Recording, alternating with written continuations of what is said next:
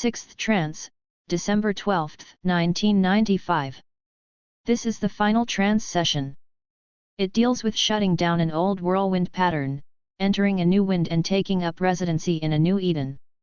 The imagery here has more prophetic import to it than any of the other scenes. The intent of this trance is to shut down or maybe just leave the old Eden metaphor and start up a new Eden that has the power and resources to lead me into a newer and more productive being. The trance induction had the shifting of images of the Egyptian temple from the first session, except that I could walk out and look back at the structure. There seemed to be more freedom and choice of movement. 2 palm trees have an inviting hammock strung between them. I am curious about the hammock but decide not to investigate further.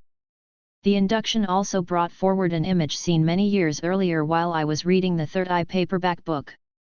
The image was of the little death sleep chamber in the bowels of the Potala, except that my image of myself lying on a tomb gets up off of the tomb slab and looks at the surface of the slab as if it is a computer monitor screen. Oddly enough, there is another person, though I do not think a metaphor, that is lying on an adjacent tomb. I think the other person is a woman, but her identity is vague and not understood. The lead-in also gives mention of a reversal about the surfer stuck in the mud, and I see through the slab surface screen a man standing in a wide open area of mud, very flat and featureless, but deep only up to the ankle. I think the man is a representation of one of my business interests regarding use of website technology. I wonder about where things were left off at in the last trance.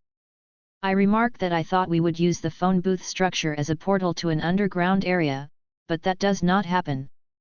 The trance continues with me being in the phone booth. The wolf enters it with me. We are facing south out of the doorway of the booth.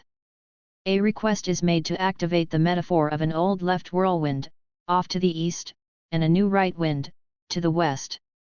A request is made to have the horse appear and to start shining it up with a brush. The imagery gets strange here. I somehow leave and also stay in the booth.